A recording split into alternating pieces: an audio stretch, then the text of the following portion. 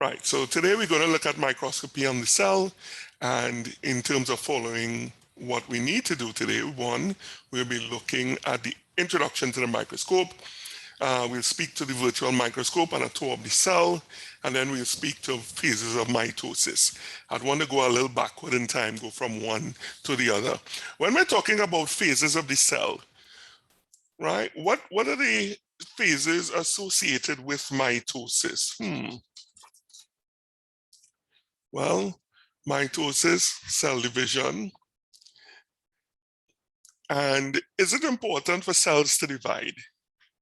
Yes, it is important. Why is it important that cells need to replicate, particularly as it relates to mitosis? Anybody could answer that question? I know that's a bit much of a question, but give it a shot. So could I try? Yes, please. You need mitosis or cell replication, cells splitting and forming new cells. That's important for the growth and function of the organism. And sometimes you see the thing is the cells need to split identically, because if they were to split and something occurs and they're not identical, then you could have stuff like cancer and tumors forming, correct? Yes, spot on. It's spot on. Right, that is very good answer. And who was that one who answered there? Janelle. Janelle with a J, Smith? Yes, Janelle Great. with a J. There you go. Okay, great. All right, I'll take note of that.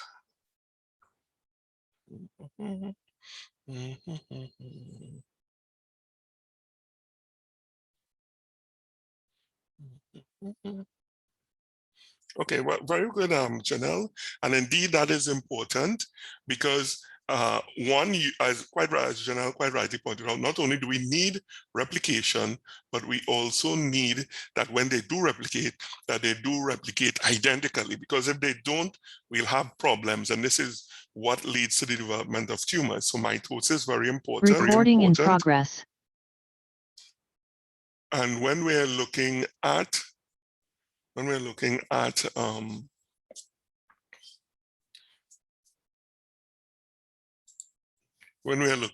this replicative process of mitosis, important that they always replicate at the same time. So the process itself involves, the whole notion of mitosis involves, first of all, one, preparation for division, and then secondly, you will have the division occurring itself. Now, these are some old drawings of chromosomes by Fleming.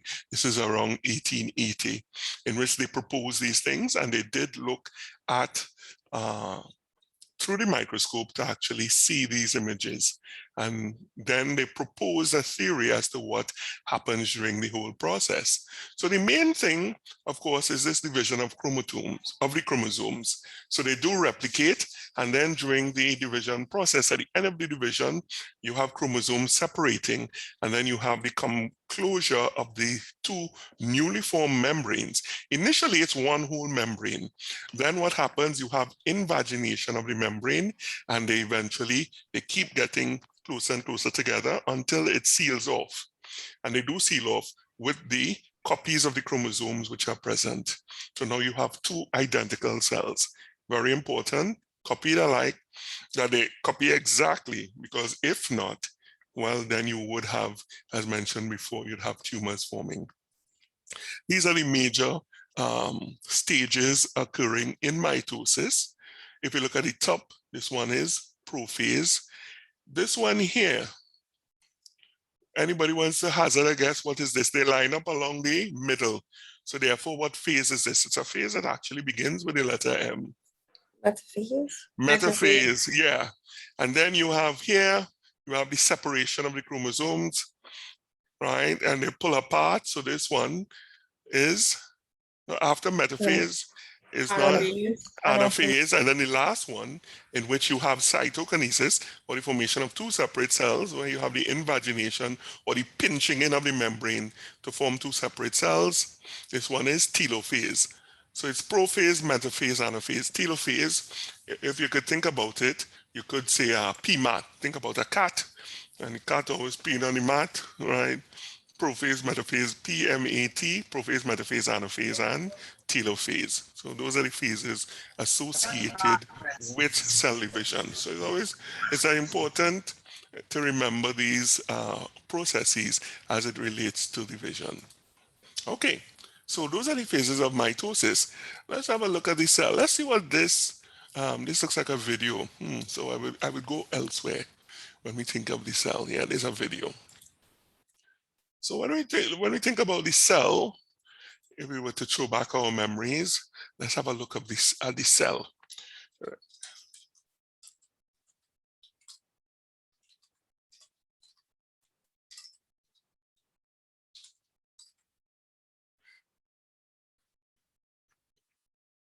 All right.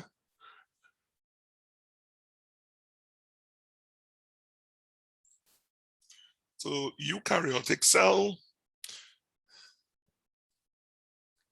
Let me ask this question. So this is two types of cell, a prokaryotic and a eukaryote, or prokaryote and a eukaryote.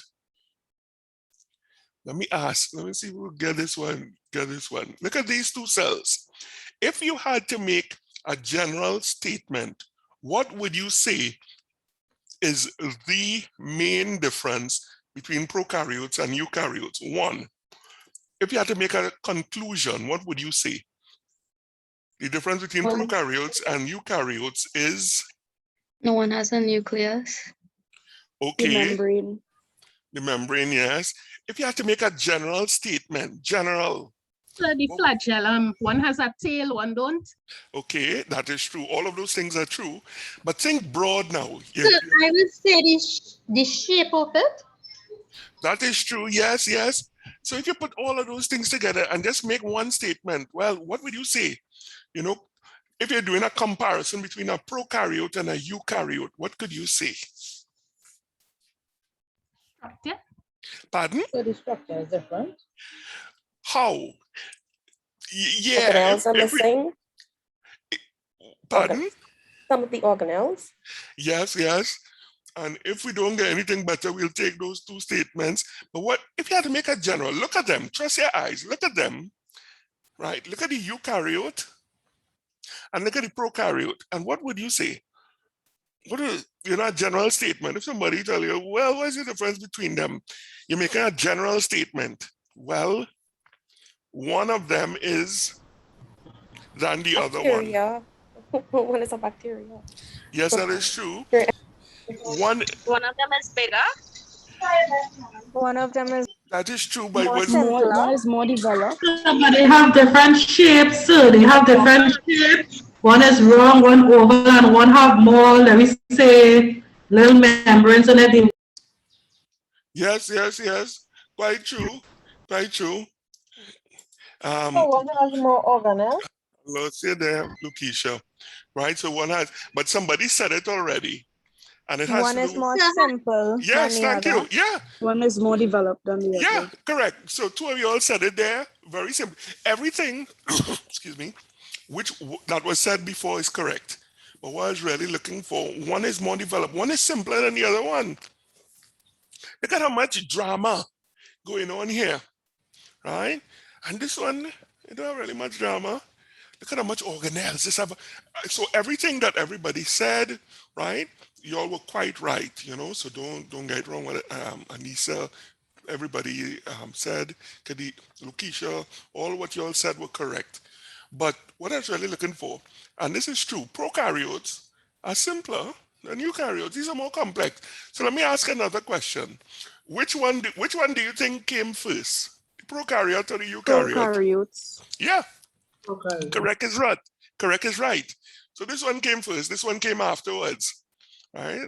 It come like you're building a house. You have a normal a house with 4 walls, bam, bam, bam. But as they get more and more fancy, upon more walls and all kind of different things. So the prokaryotes, they predate the eukaryotes. And it's quite right. Everything you said, this one has a tail. This one has a nucleus, a very well-developed nucleus. This one, if you recognize, it doesn't have a nucleus. So this one has a membrane around the genetic material, whereas this one has free floating genetic material, no membrane. Now, what do you think, what is the advantage of having a membrane around the structure? What is the advantage? Any advantage? It separates it from the outside environment. You see a mouthful there. Thank you very much. Yeah. And that separation allows many things to go on at the same time. And that's a big advantage, a huge advantage. What do I mean by that? Think about when you go into school, COSTAT, right? You're walking along the corridor and it has classrooms. One classroom has Spanish, one has English, another one has maths, another one has structure and function 1, right? And then now think about if you didn't have those doors, if you didn't have the walls, and you are a member, would it be easy for you to do your maths, do your English, do your Spanish, do your SNF1? No, because you're getting crosstalk, you know, you're getting noise from everybody else, right? So it's a lot more difficult. And same thing when you look at these cells, the fact that they have these compartments. And what are the compartments? You have a nuclear compartment. All of these organelles, these are specialized. They do special things. And the reason they're able to do it within the confines of the cell membrane is because each one of them have a little compartment, so they could do their own thing. Just like how you could do English, maths, Spanish, biology at the same time at COSTAT. Similarly, all of them have a little compartment, they could do their own thing. Remind me, what does the Golgi do? When you think about Golgi, one word. Let me hear you. Golgi, one word. Package, yes.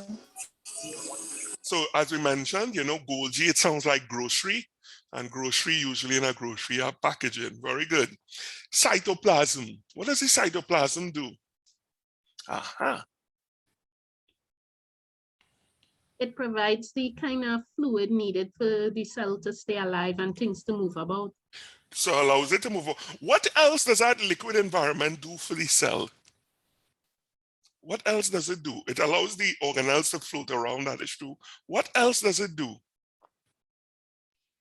Well, that fluid is needed for all of the reactions to take place. It can't take place in a dry environment. Oh, and that is a mouthful you say right there. You wouldn't, yes, very, very good. And how many, let's see if we could have a look. Let's see.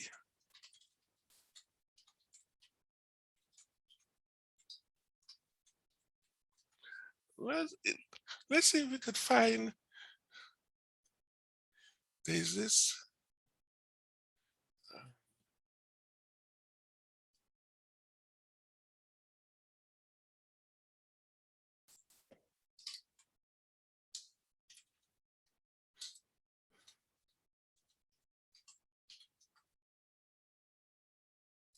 And let's see, there used to be I used to have a favorite diagram that show. Let me do this.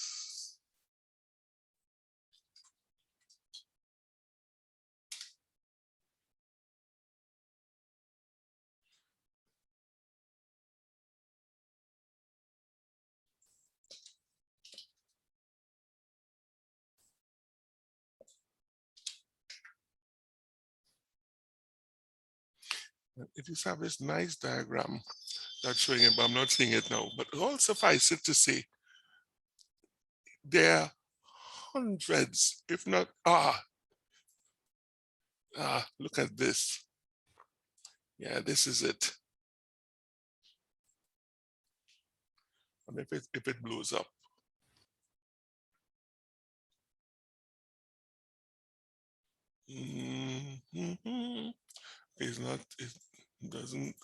It's not showing them specifically, but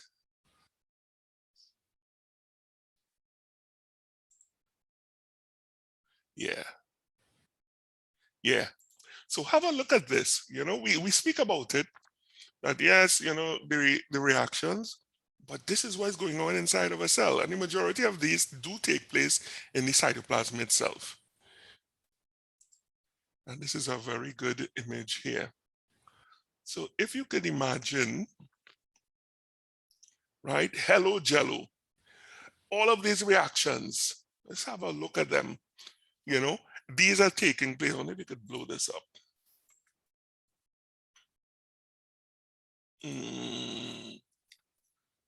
I don't think you could, but no matter. But I just wanted to appreciate, look at it, look at the number, all of these little things point to reactions, right? And all these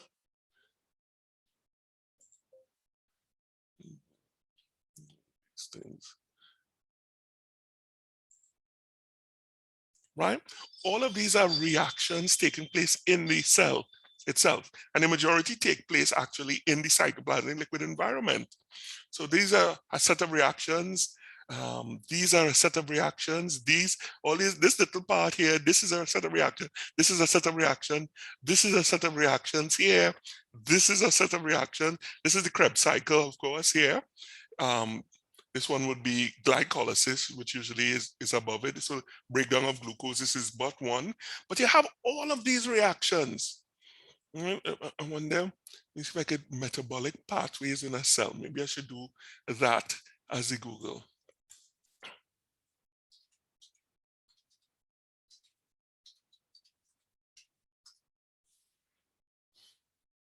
Ah, yes. Oh, yes, this is it. Oh, yes. Right?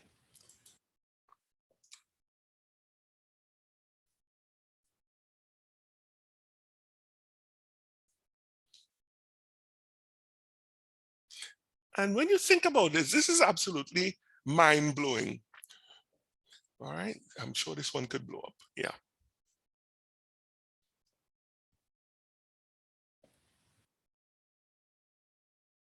Okay.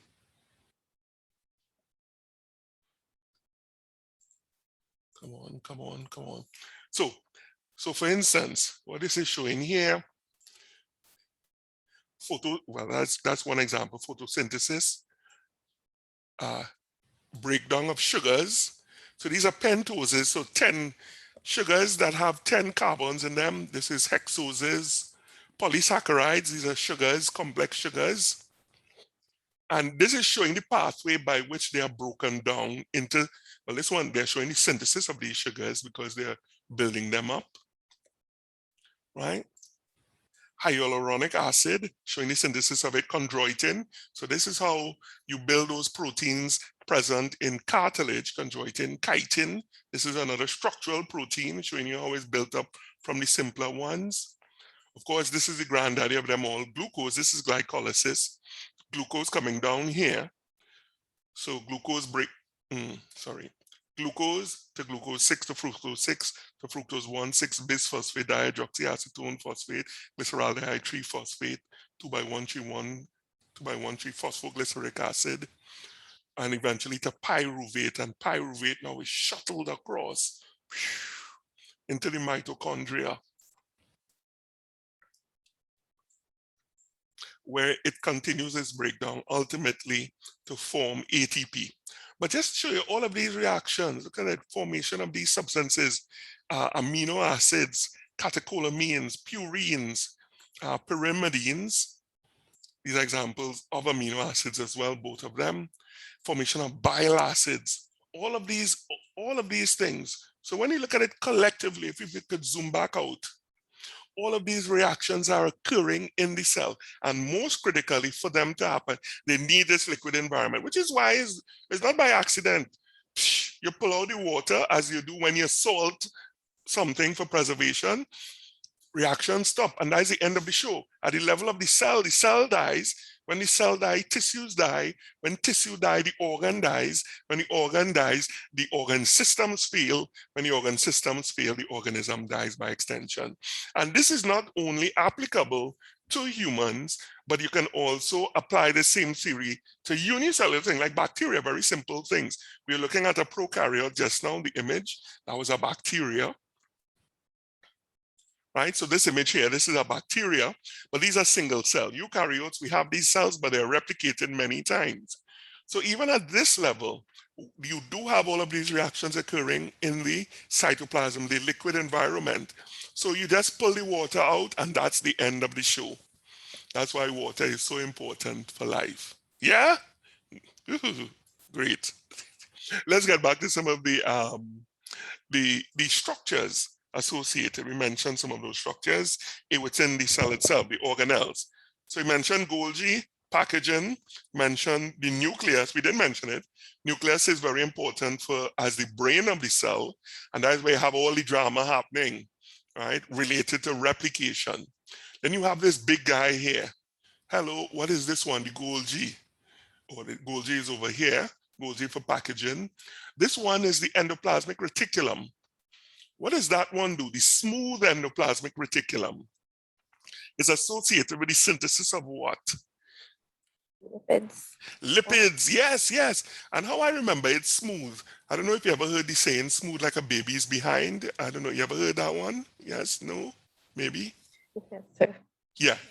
Or even when you think about a baby's behind, chubby, and so just associate fat with smooth, smooth endoplasmic reticulum.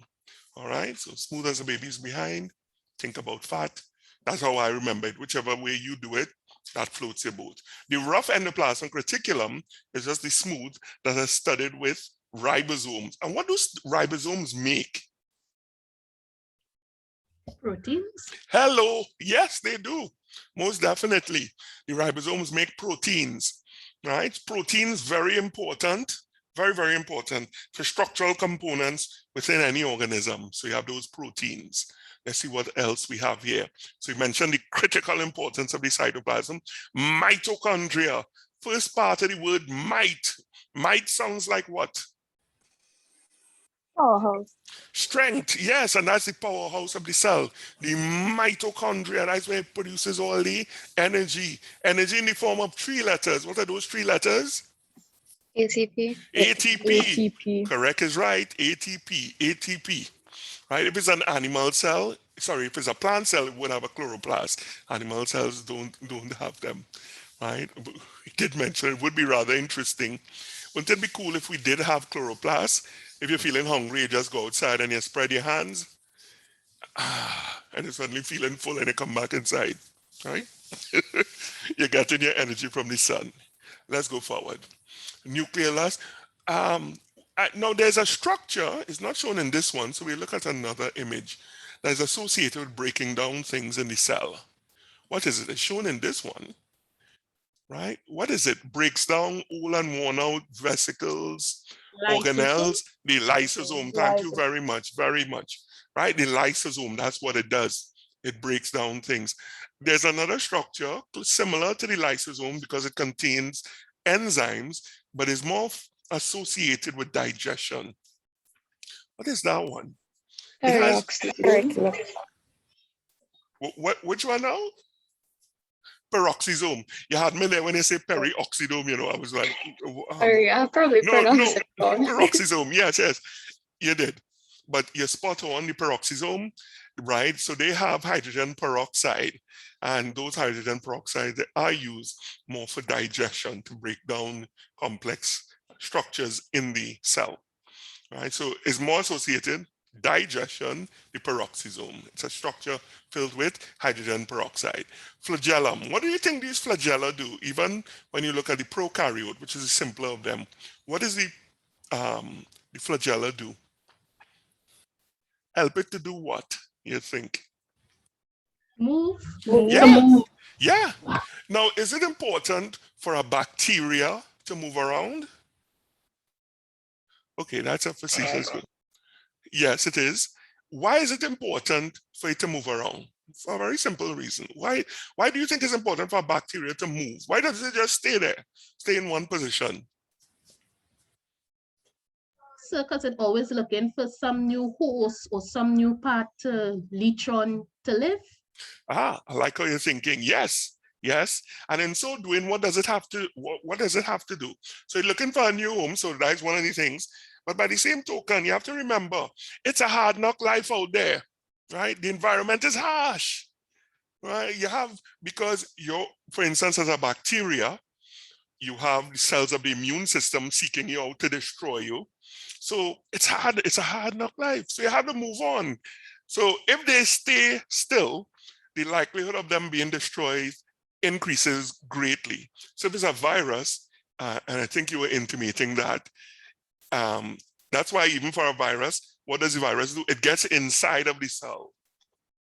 Because the environment inside of a cell, another cell, is a lot friendlier than that hard knock life outside of the cell.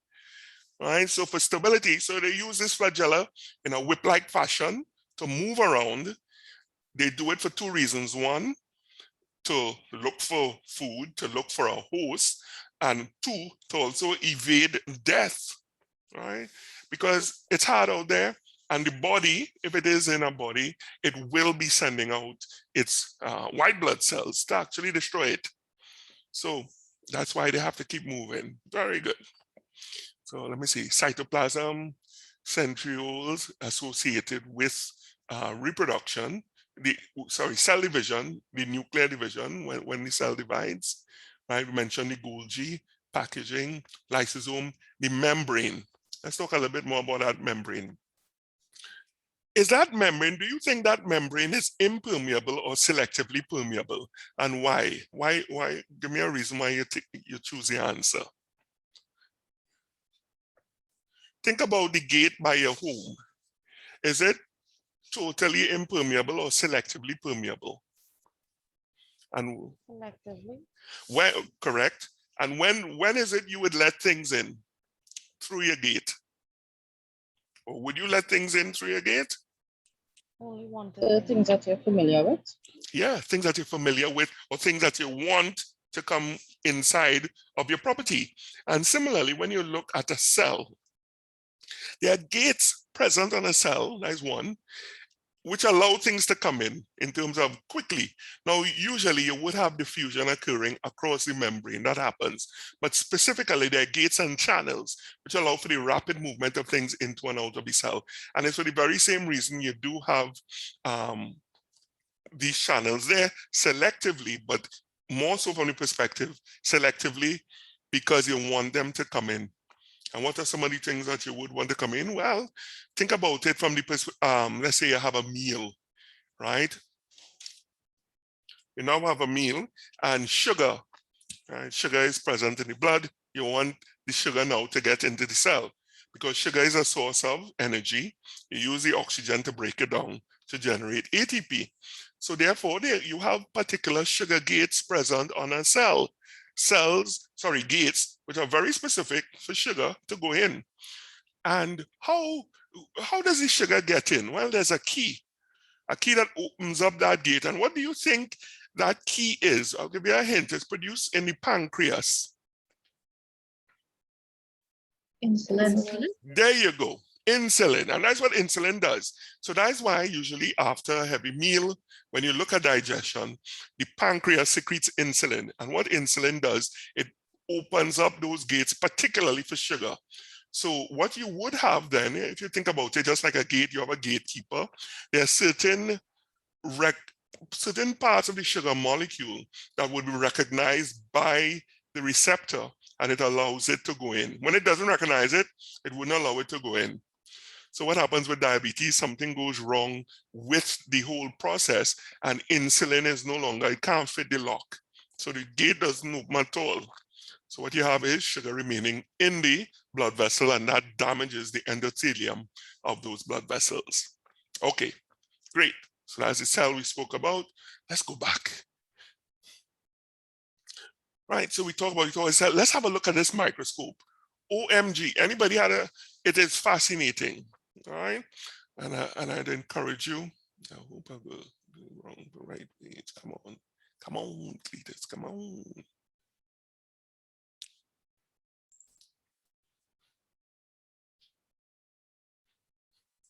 And I would encourage you, yeah,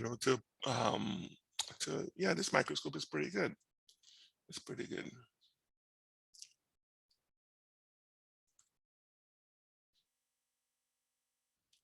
What is available for the Apple iPad? Amazing.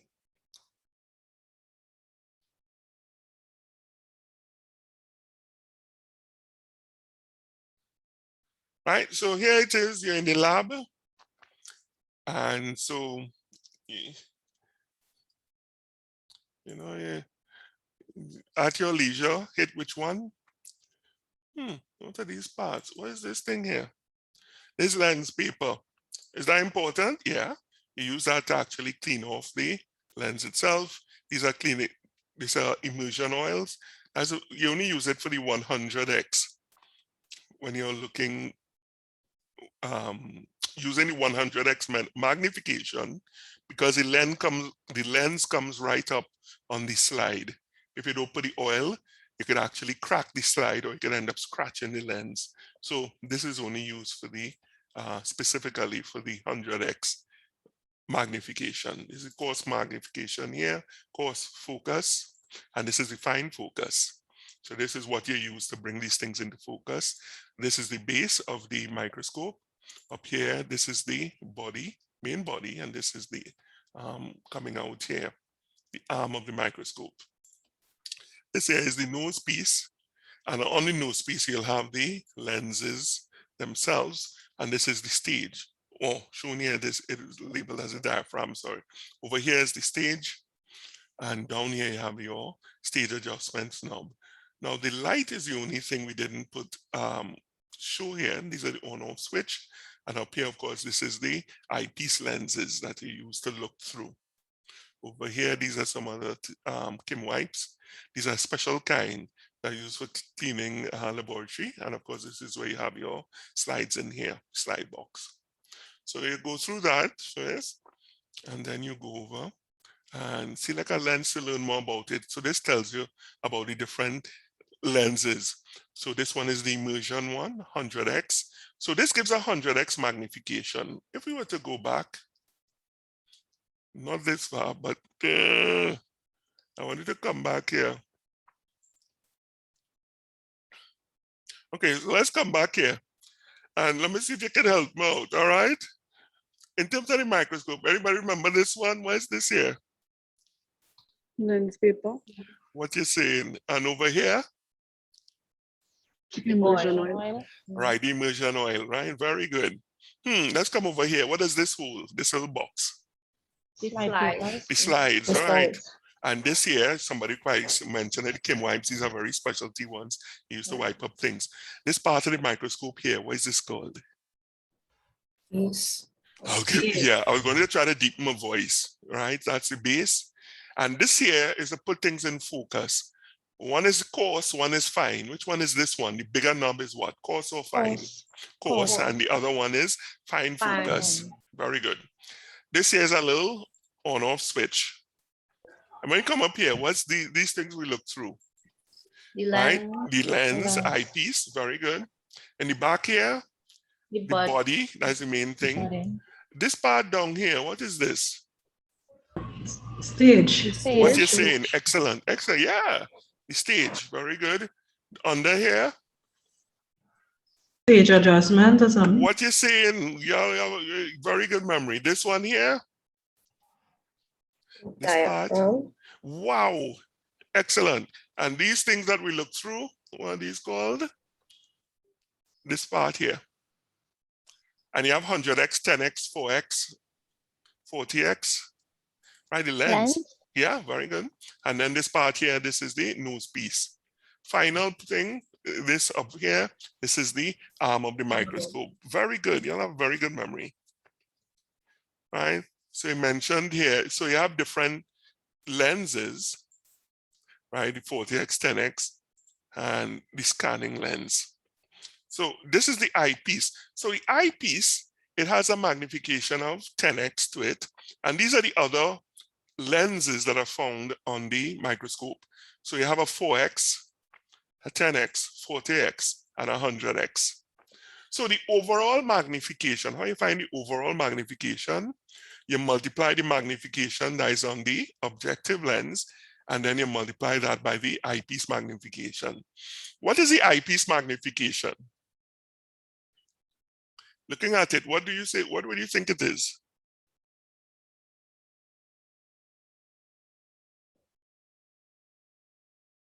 Mhm.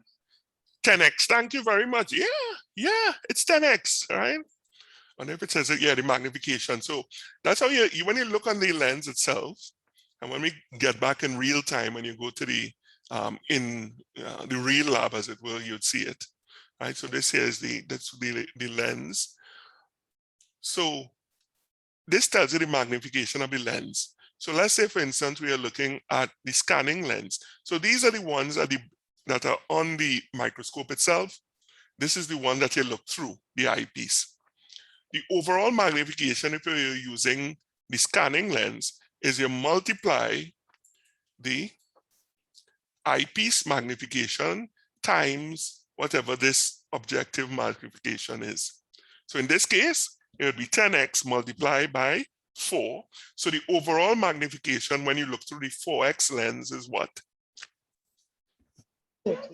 40. Yeah, 40. very good. Yeah, very good. And this one, when you look through, what magnification is this one? All you have to do is look here. So it tells you 10x, right? So when you're using this, what's the overall magnification? 10x multiplied by 10x, which is 100. correct.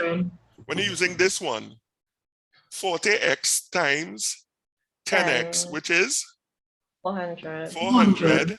When you're using this one, this is 100x multiplied by 10x, which is 1,000. 1,000. Right. So that's the overall magnification. So if you're looking at something using this lens, it will be 1,000 times bigger than it actually is. Fascinating. Great.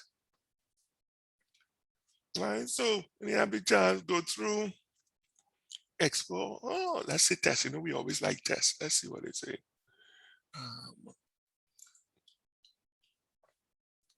Okay. For a total magnification of 20x, what eyepiece and objective would be used? Let me hear you. Sorry, repeat the question. I didn't hear properly. Okay, look, it's right 5x here. by 4x. For a total magnification of 20x, what eyepiece and objective would you use? 5x eyepiece with a 4x objective. Correct is right. Very good. Because what you want, you're multiplying, regardless of what it is, you just look at the magnification of each piece, multiply them together, and you get the answer. So quite right, quite right. Let's look at another one. Calculate the following total 5x eyepiece with a 100x objective. What will be the total magnification? 5 and 100, all you do is you 500x. multiply. 500. Correct is right. Yeah? Let's do another one. 15x. 1 minute. 1,500.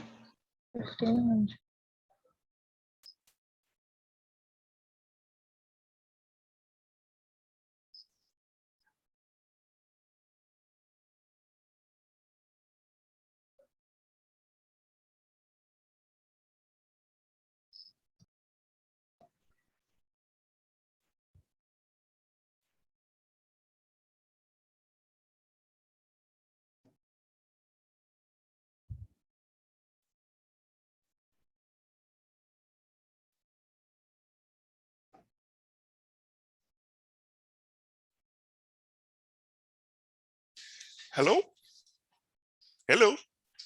Yes, sir. Okay, there we go. Yes, I'm back on chat. Right. So 15x with 100x. What is the overall magnification? 1500. You sure? Yeah. Yes. Yeah, very good. And one last one. For a total magnification of 150x, what eyepiece and objective to use? 150. 5. Which one? This one? 59 is 100. Yes, sir. Correct. 15x. So you're multiplying it 15 by 10. This is the last one now. 10 by 10, what would that give you? 100 total. Excellent, excellent, right? Very good. Wow, 100%. Let's do another one. Terminology. Huh. Which one is the linear used for the linear measurement? So when you're measuring something, Micrometer. you sure? Yeah, micrometer. Is the only option really? Yes, that's the only one that have meter in it. Meter means measure. Micro means 1 millis are one. This means 1 millionth. So it's really 1 millionth of a meter. Yeah. So that's right. Very good. Let's look another one.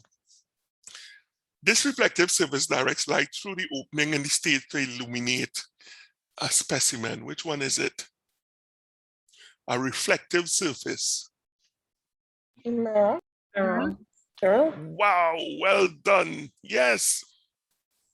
Let's go to another one. The larger of the two adjustment knobs, the bigger one. Which one? Well, you know that. Which one is it? Coarse Coarse focus. focus. Coarse focus, very good. A type of microscope component featuring a single eyepiece lens. Do you know a type of component? Monocular head. Molecular head. I was not going to say mono means one. Could you think of anything that has mono as one? I can't think of any right now, but very good. Let's go to another one. And a special material used with a 100x or higher. What is it? A special material. Immersion oil. Correct is right. Well done. Wow. You're smoking. All right. So at your leisure, go through these. And not only that, when you're going around, as you go along, you'll come to this point where you could actually go into here and begin, take some, look at some sample slides. So for instance, let's look at what? Metaphase, whitefish. Right, so you could put it in. Now you have to focus it. So you move the coarse focus and then you put the fine focus, right? And you can adjust the light to get it brighter or dimmer. Then now you could go into a little more detail, 40x. So this will make it bigger. Use the fine focus to bring it in. Let's get it bigger. Let's go to 40x. Right? And you adjust the light. Is that better? And then finally, let's use 100x. Ooh, we didn't put the immersion oil. Hello.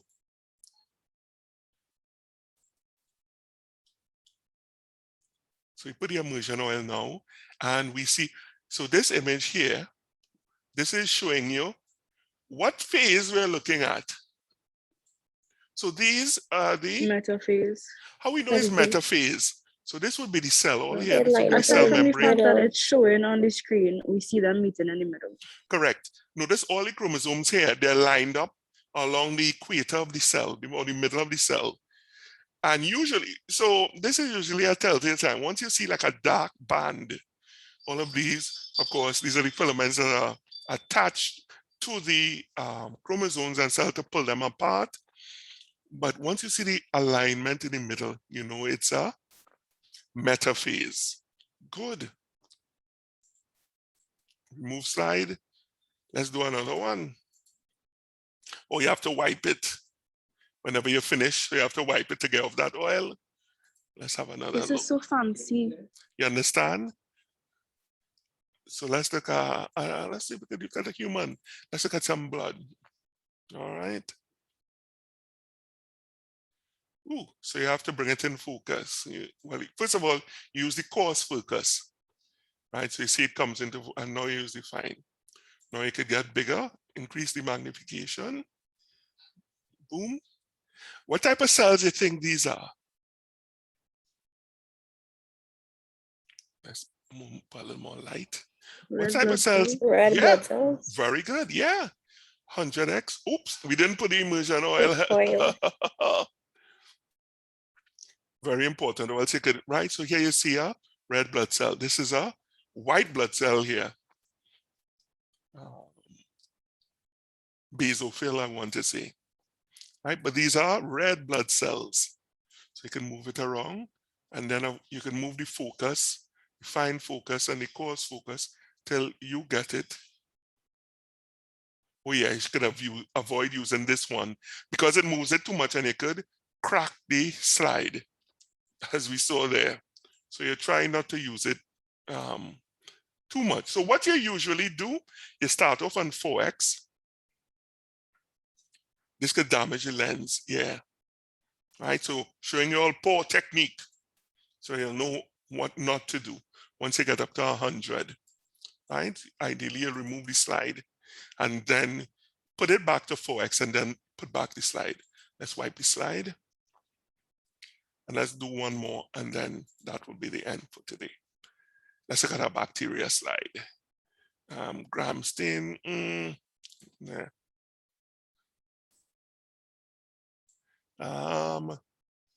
Let's see about human.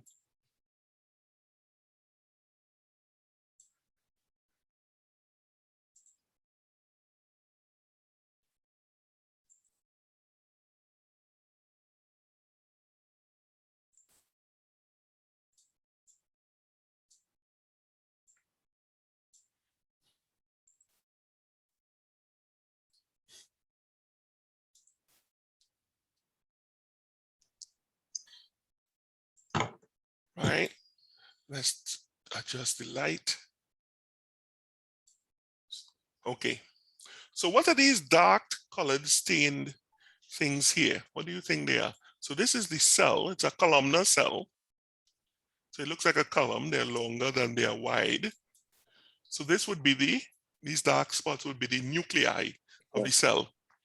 So notice how they look, they literally look like a column, they're long. We're not seeing the extension beyond here, but it is here in terms of the cells themselves. So the cell would be this entire thing here, one cell. And because of the fact they're so long, we know then they are columnar cells. Okay. Of course, we have to remove the slide. And then what we have to do after remove it, oh no, we didn't use the oil immersion. We didn't use the oil immersion, but we could still use, they don't tell you specifically to wipe up the counter and so on. All right, so I would suggest you spend a lot of time here and go through the different slides. It really is fascinating, right? It's a very nice setup in terms of the slide. And as somebody say, yeah, it really does look a bit fancy, yeah. All right. Let's go back to the lab for today. And, oops, yes. And that would be a lab for today. So in terms of what you have to continue to do on your own, go through the notes, the PowerPoint notes, right, and read through this activity here, Intro to the Microscope, which would supplement or tells you a bit more about this virtual microscope, which we did look through. If you're feeling a little antsy and you're feeling good, you could just jump to the virtual microscope. These are just like instructions for it. Have a look at the tour. These are videos. Have a look at it and the phases. All right, but these are, I would strongly suggest, yeah, spend some time with the virtual microscope and have a look at it. So, you have the group activity worksheet, this one to actually complete and place in the Dropbox itself. Yeah, just leave you to do one, not two. So you might see two on the Dropbox, but you're just putting in this one. When you're looking at the teacher view, so that's why you could see this. But when you look at the student view, you wouldn't see this. All right, so you just have this worksheet to complete and put it in before Sunday, midnight on Sunday. Any questions? Nope. So what we looked at today, we looked at the cell. We looked at the cell. We reviewed some of the organelles of the cell. We also mentioned the importance of the cytoplasm and also functionality of the specific organelles in the cell. Mentioned mitosis, the phases, P-mat, always remember the cat peeing on the mat, prophase, metaphase, anaphase, and telophase. Metaphase lined up, anaphase, they are moving to the opposite poles on the cell, and telophase, you have cytokinesis in which you have the cells themselves pinching off and becoming two separate entities. Then we looked at the microscope, virtual microscope. We looked at red blood cells. We looked at a cell undergoing the metaphase of division. And we also look at columnar epithelial cells, in which we highlighted the reason they're called columnar, because they are longer than they are wide. So just review these things as highlighted there, and that will be the end of the lab. So before I let you go, I will just call roll, and then we'll call that a day. Okay, let me call roll. SNF1 Lab. SNF1 lecture 2021-22 attendance. Let's go. I'm just calling those who I didn't call at the top. Anissa. Yes, sir. Anu.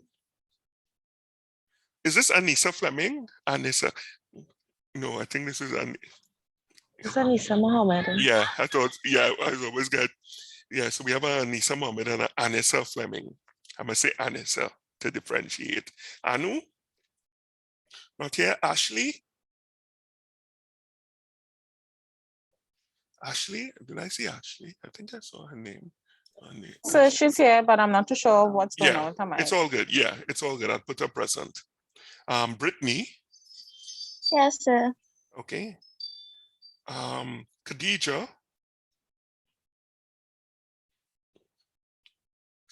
Yes, sir. Present. Okay. Lakeisha? Present, sir, right here. There you go. Misha? Present, sir. Miranda? Yes, sir. Risa Pollard. Or is it Raisa? Racine. Pollard? Racine? Oh no, the Racine logo. No, it's somebody else. This is Raisa Pollard. Sir, Already called. Okay, great. Thank you. So I called Racine already. Valine or Valine Murphy. Not here. All right. So I'll see you all tomorrow. Hi, sir. Excuse When? I didn't hear my name to the start because I was getting problems. Which name is it? Judah. Pardon? Judah Scott. Yeah, I have yours present. Okay, Judah. great. Yeah.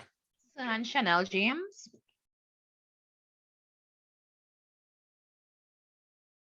I don't have you anywhere at all, Chanel. To be honest. Chanel James. Charles is also present, sir. Pardon?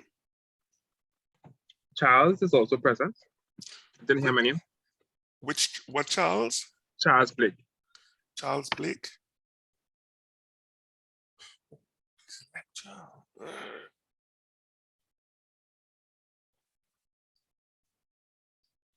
Charles. So there's also someone who just typed in the chat. Her name is coming up as Sasha Ashley. She said she's having connection problems, but she is present.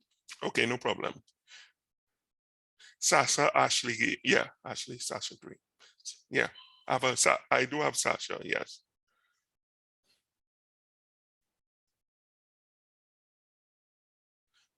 What were those other names? Who didn't hear their names? Raisa Pollard Okay. says she's here and all in the chat room. No, I have Raisa Pollard. Yeah, there were persons who said they didn't hear their name at all. Charles First Blake. one, Charles Blake. Mm-hmm.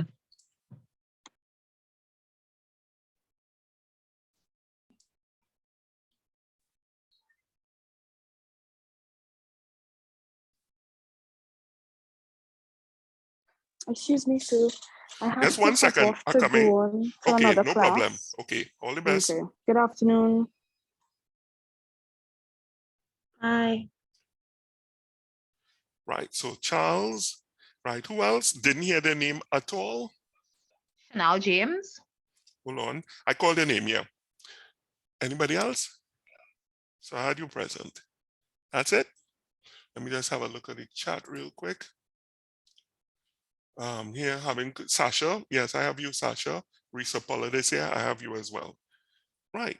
So Alexis, Alina, Aliyah, Amira, Andrea, Anissa, Ashley, Bina, Brittany, Chanel, Charles, Chelsea, Crystal, Janelle, Judah, Camille, Kavita, Lukisha, Mariah, Misha, Miranda, Myra, Racine, Renee, Raisa, Samantha, Sophia, Tanisha, Tiola, Tulasi, Venicia.